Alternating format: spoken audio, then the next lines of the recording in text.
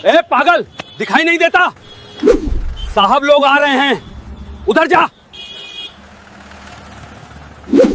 तुम्हें पता है ये कौन है? जिस आदमी को तुम लोग पागल कह रहे हो, पत्थर मार रहे हो, जानते हो ये कौन है?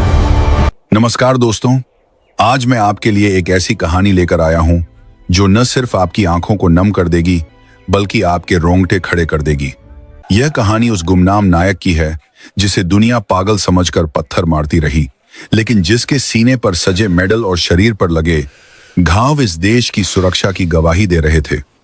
सोचिए, जिस तिरंगे को हम और आप साल में 2 बार लहराकर भूल जाते हैं, उस तिरंगे की रक्षा के लिए एक इंसान अपना मानसिक संतुलन खो बैठा। आज की घटना इंसानियत और देशभक्ति की एक ऐसी मिसाल है जिसे सुनकर आपका सीना गर्व से चौड़ा हो जाएगा। तो चलिए शुरू करते। कंपा देने वाली दास्तान। दोपहर के 2 बज रहे थे और उत्तर भारत के एक छोटे से शहर का मुख्य चौराहा यानी घंटाघर चौक पूरी तरह से तप रहा था। मई की गर्मी थी और लू के थपेड़े चल रहे थे। सड़क पर डामर पिघलने को तैयार था। इसी भीड़ भाड़ वाले चौराहे के एक कोने में कूड़े के ढेर के पास एक अजीब सा आदमी बैठा था। उसके बाल झटाओं की तरह उलझे हुए थे और मिट्टी से सने थे। दाढ़ी बढ़ी हुई थी जिसमें शायद कई महीनों से कंघी नहीं हुई थी। उसके बदन पर कपड़ों के नाम पर चिथड़े लटके थे जो शायद उसने किसी कूड़ेदान से उठाए होंगे। वह आदमी अपनी ही धुन में कुछ बड़बड़ा रहा था। आने जाने वाले लोग उसे हिकारत भरी नजरों से देखते। कोई उसे पागल कहता तो कोई गंदा भिखारी। चौराहे पर एक फलों की दुकान थी जिसका मालिक सोहनलाल बहुत ही गुस्सैल था। वह पागल आदमी सोहनलाल की दुकान के पास पड़े एक सड़े हुए केले को उठाने के लिए बड़ा। भूख इंसान को जानवर बना देती है और वह तो फिर भी मानसी का रूप से बीमार था। जैसे ही उसने हाथ बढ़ाया, सोहनलाल चिल्लाया, अरे ओ पागल, चल हट यहां से, ग्राहक खराब कर रहा है मेरा, भाग यहां से वरना डंडे से मारूंगा। वह आदमी डरा नहीं। उसने एक अजीब सी मुस्कान के साथ सोहनलाल की तरफ देखा और एकदम सावधान की मुद्रा में खड़ा हो गया। उसने अपने माथे पर हाथ रखकर सोहनलाल को सैल्यूट किया और जोर से बोला, जय हिंद सर, दुश्मन सीमा पर है, हम पीछे नहीं हटेंगे। सोहनलाल और वहां खड़े कुछ लड़के जोर जोर से हंसने लगे। एक लड़के ने कहा, अरे यह तो पागल फौजी है, रोज इसका यही ड्रामा रहता है, दिन भर खुद को बॉर्डर पर समझता है। दूसरे लड़के ने मजाक उड़ाते हुए सड़क पर पड़ा एक पत्थर उठाया और उस पागल की तरफ फेंक दिया। पत्थर सीधा उस आदमी के माथे पर लगा। खून की एक पतली धार निकल आई, लेकिन उस पागल ने न दर्द की परवाह की न खून की। उसने बस अपना सैल्यूट नहीं तोड़ा। वह वैसे ही तना खड़ा रहा जैसे कोई सिपाही अपने कमांडर के सामने खड़ा होता है। उसकी आंखों में एक अजीब सी चमक थी जो पागलपन की थी या जुनून की, कोई नहीं समझ पा रहा था। वह आदमी वहां से हटा और चौराहे के बीच में लगे खंबे के पास चला गया। उस खंबे पर किसी ने 15 अगस्त को एक छोटा सा प्लास्टिक का तिरंगा लगाया था जो अब फटकर नीचे गिरने ही वाला था। वह पागल दौड़कर वहां गया और उस गिरते हुए झंडे को अपने गंदे हाथों से ऐसे लपक लिया जैसे कोई मां अपने गिरते हुए बच्चे को बचाती है। उसने उस गंदे झंडे को अपनी फटी हुई कमीज से सान किया, उसे चूमा और अपनी जेब में रख लिया। लोग यह देख रहे थे और कह रहे थे, देखो नौटंकी, यह पागल अब झंडा लेकर नाचेगा। तभी दूर से सायरन की आवाजें सुनाई देने लगीं। यह पुलिस की जीप का सायरन नहीं था, यह सेना की गाड़ियों का भारी भरकम सायरन था। शहर के लोग जानते थे कि आज आर्मी के नए जनरल साहब शहर के आर्मी कैंट का दौरा करने आ रहे हैं। पुलिस वालों ने तुरंत चौराहे का ट्रैफिक रोक दिया। सीटी बजाते हुए हवलदार चिल्लाने लगे, ई सब पीछे हो जाओ, रोड खाली करो, आर्मी का काफिला आ रहा है, कोई बीच में नहीं आएगा। इंस्पेक्टर राठी अपनी जीप से उतरे और डंडा फटकारते हुए उस पागल की तरफ लपके जो अभी भी सड़क के किनारे खड़ा होकर उस प्लास्टिक के झंडे को सीधा करने की कोशिश कर रहा था। इंस्पेक्टर ने डांटते हुए कहा, ए पागल, दिखाई नहीं देता? साहब लोग आ रहे हैं, उधर जा, गटर के पास बैठ जा, तेरी बदबू से साहब का मूड खराब हो जाएगा, चल भाग। इंस्पेक्टर ने उसे धक्का दिया। वह आदमी लड़खड़ाया, लेकिन उसने इंस्पेक्टर को भी पलटकर सैल्यूट मारा और बोला, सर मिशन पूरा हुआ, रिपोर्टिंग फॉर इंसान ड्यूटी सर। इंस्पेक्टर ने अपना माथा पीट लिया। उसने 2 हवलदारों को इशारा किया कि इसे पकड़कर पीछे खड़ा कर दो। हवलदारों ने उस पागल को बाहों से पकड़ा और भीड़ के पीछे धकेल दिया। तभी सामने से आर्मी का काफिला नजर आया। सबसे आगे मिलिट्री पुलिस की बुलेट थी, उसके पागल बाहों की बास, पीछे जिप्सी और बीच में थी एक काले रंग की चमचमाती टाटा सफारी जिस पर 3 स्टार लगे थे। यह गाड़ी थी लेफ्टिनेंट जनरल विक्रम सिंह की। विक्रम सिंह भारतीय सेना के एक बहुत ही सख्त और सम्मानित अधिकारी थे। उनका नाम सुनकर ही दुश्मन कांपते थे।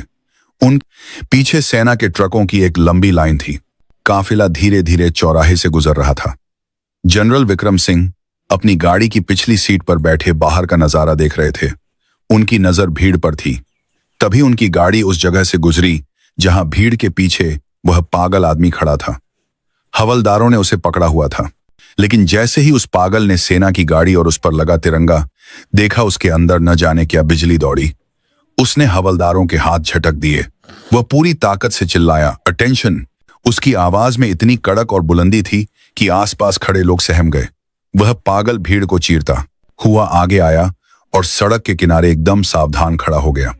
उसने अपनी ठोड़ी ऊपर उठाई, सीना चौड़ा किया और अपनी दाहिनी हथेली को माथे पर रखकर एक ऐसा परफेक्ट सैल्यूट मारा जिसे देखकर किसी भी फौजी का दिल धड़क जाए। उसके कपड़े फटे थे, शरीर गंदा था, खून बह रहा था, लेकिन उसका पोस्चर, खड़े होने का तरीका इतना सटीक था कि जैसे वह किसी परेड ग्राउंड में खड़ा हो। जनरल विक्रम सिंह की नजर उस पागल पर पड़ी। गाड़ी आगे निकल चुकी थी, लेकिन जनरल साहब ने कुछ ऐसा देखा जिसने उन्हें बेचैन कर दिया। उन्होंने उस पागल के खड़े होने का तरीका देखा, उन्होंने उसके हाथ का वो घाव देखा, और सबसे बड़ी बात, उन्होंने उसकी आंखों में वो आग देखी जो उन्होंने 15 साल पहले एक और सिपाही की आंखों में देखी थी। जनरल विक्रम सिंह ने तुरंत ड्राइवर को आदेश दिया, गाड़ी रोको, स्टॉप द कार। ड्राइवर ने अर्जेंट ब्रेक मारा। टायरों की चीख के साथ पूरा काफिला रुक गया। पीछे आ रहे ट्रक और जीप भी रुक गईं। पुलिस वाले घबरा गए। इंस्पेक्टर राठी दौड़ते हुए आए कि शायद कोई सुरक्षा में चूक हो गई। जनरल विक्रम सिंह दरवाजा खोलकर गाड़ी से नीचे उतरे। उनके बूटों की आवाज सड़क पर गूंजी। उनकी वर्दी पर लगे मेडल सूरज की रोशनी में चमक रहे थे। उन्होंने अपना काला चश्मा उतारा और पीछे की तरफ देखा। वहां वह पागल अभी भी सैल्यूट की मुद्रा में खड़ा था। उसका हाथ नीचे नहीं आया था। जनरल विक्रम सिंह धीरे धीरे उसकी तरफ बढ़ने लगे। पूरा चौराहा सांस रोके देख रहा था। सोहनलाल और पत्थर मारने वाले लड़के डर के मारे कांप रहे थे। उन्हें लगा कि जनरल साहब अब इस पागल को मरवाएंगे क्योंकि इसने रास्ता रोका है। इंस्पेक्टर राठी बीच में आए और बोले, सर, आई एम सॉरी, यह यहां का पागल है, दिमाग से पैदल है, मैं अभी इसे हटवाता हूं। ए सिपाही ले जाओ इसे। जनरल विक्रम सिंह ने हाथ के इशारे से इंस्पेक्टर को चुप रहने को कहा। उनकी नजरें सिर्फ उस पागल पर टिकी थीं। जनरल साहब उस गंदे और बदबूदार आदमी के बिल्कुल करीब जाकर खड़े हो गए। वह आदमी अभी भी सैल्यूट किए हुए था। उसकी नजरें सामने टिकी थीं, पलक भी नहीं झपक रही थी। जनरल विक्रम सिंह ने कांपती हुई आवाज में पूछा, मेजर, मेजर रणवीर? यह नाम सुनते ही उस पागल के शरीर में एक सिहरन हुई। उसका हाथ धीरे धीरे नीचे आया। उसने अपनी धुंधली आंखों से सामने खड़े वर्दी वाले को देखा। यादों के बादल छंटने लगे। उसने धीरे से कहा, कोड नेम तूहान, मिशन लाहौर। जनरल विक्रम सिंह की आंखों से आंसू छलक पड़े। यह देश के आर्मी चीफ थे जो कभी नहीं रोते थे, लेकिन आज सड़क के बीचों बीच उनकी आंखों से गंगा जमुना बह रही थी। वह आगे बढ़े और उस गंदे पागल को अपने सीने से लगा लिया, कसकर, इतना कसकर जैसे कोई खोई हुई दौलत मिल गई हो। जनरल साहब का बेदाग यूनिफॉर्म उस पागल की गंदगी और खून से सन गया, लेकिन उन्हें कोई परवाह नहीं थी। जनरल साहब रोते हुए बोले, रणवीर, तुम जिंदा हो? मेरे शेर, तुम जिंदा हो? हमने तो मान लिया था कि तुम शहीद हो गए। 15 साल कहां थे तुम? भीड़ सन्न थी। पुलिस वाले बुत बने खड़े थे। किसी को समझ नहीं आ रहा था कि एक पागल को जनरल साहब सर और शेर क्यों कह रहे हैं। जनरल साहब ने उस पागल का चेहरा अपने हाथों में लिया। वह आदमी बच्चों की तरह जनरल को देख रहा था। उसने टूटी फूटी आवाज में कहा, सर, वो लोग बहुत मारते थे, नाखून निकाल लिए सर, पर मैंने अपना नाम नहीं बताया, मैंने देश का राज नहीं बताया सर। मैं पास हो गया ना सर। यह सुनकर वहां खड़े हर शख्स का कलेजा मुंह को आ गया। जनरल विक्रम सिंह ने पलटकर भीड़ और पुलिस वालों की तरफ देखा। उनका चेहरा गुस्से से लाल था। वह दहाड़े, तुम्हें पता है यह कौन है? जिस आदमी को तुम लोग पागल कह रहे हो, पत्थर मार रहे हो, जानते हो यह कौन है? सन्नाटा छाया रहा। जनरल साहब ने चिल्लाकर कहा, यह भारतीय सेना के पैरा स्पेशल फोर्सेस के मेजर रणवीर सिंह राठौर हैं। 1999 के कारगिल युद्ध के सबसे बड़े हीरो, जिसने अकेले दुश्मन के बंकर में घुसकर उनके 10 सैनिकों को मारा था और उसके बाद एक गुप्त मिशन पर पाकिस्तान गए थे। हमें खबर मिली थी कि इन्हें पकड़कर मार दिया गया है, लेकिन यह वहां की जेलों में तड़पते रहे 15 साल। सोच सकते हो तुम लोग, 15 साल तक दुश्मन ने इनके शरीर का एक एक इंच तोड़ा होगा, इन्हें पागल बना दिया। और जब यह किसी तरह वतन वापस लौटे तो मेरे ही देश के लोगों ने मेरे ही हीरो को भिखारी बना दिया। जनरल साहब की आवाज भर्रा गई थी। शर्म आती है मुझे। जिस आजादी की हवा में तुम सांस ले रहे हो वो इसी पागल की भीख है। इसने अपना जवानी, अपना परिवार, अपना दिमाग, सब कुछ तुम्हारे लिए खो दिया। और तुम लोगों ने इसे क्या दिया? पत्थर, गालियां। सोहनलाल दुकानदार का सिर शर्म से झुक गया।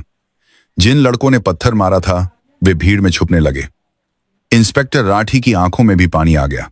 मेजर रणवीर, जो अब तक पागल समझे जा रहे थे, ने अपनी जेब से वही गंदा प्लास्टिक का तिरंगा निकाला और कांपते हाथों से जनरल साहब को दिया। बोले, सर, झंडा नहीं गिरना चाहिए। देश बचा लिया ना हमने। जनरल विक्रम सिंह ने वह झंडा लिया और उसे माथे से लगाया। उन्होंने तुरंत अपने साथ चल रहे मेडिकल ऑफिसर को बुलाया। डॉक्टर, तुरंत एम्बुलेंस लाओ, मेजर को मिलिट्री हॉस्पिटल ले जाना है। यह वीआईपी ट्रीटमेंट है, खबरदार जो कोई कमी हुई। फिर जनरल साहब ने खुद मेजर रणवीर के फटे हुए कपड़ों को ठीक किया, अपनी जेब से कंघा निकालकर उनके बाल सही किए और फिर सबके सामने उस पागल को सैल्यूट किया। इस बार यह सैल्यूट एक जनरल का एक मेजर को नहीं था, बल्कि एक भाई का एक भाई को था, एक इंसान का एक देवता को था। देखते ही देखते वहां खड़ी हजारों की भीड़ ने तालियां बजानी शुरू कर दी। भारत माता की जय के नारे गूंजने लगे। जनरल साहब ने मेजर रणवीर का हाथ पकड़ा और उन्हें अपनी सफारी गाड़ी में बैठाया, वही सीट जहां जनरल साहब बैठते थे। जब काफिला वहां से निकला तो मेजर रणवीर गाड़ी की खिड़की से बाहर देख रहे थे और उनके चेहरे पर सुकून था, क्योंकि उन्हें अपना घर और पहचान मिल गई थी। बाद में पता चला कि मेजर रणवीर को पाकिस्तान ने पागलों की तरह बॉर्डर पर छोड़ दिया था, क्योंकि उनकी याददाश्त जा चुकी थी। वे भटकते भटकते इस शहर तक आ गए थे।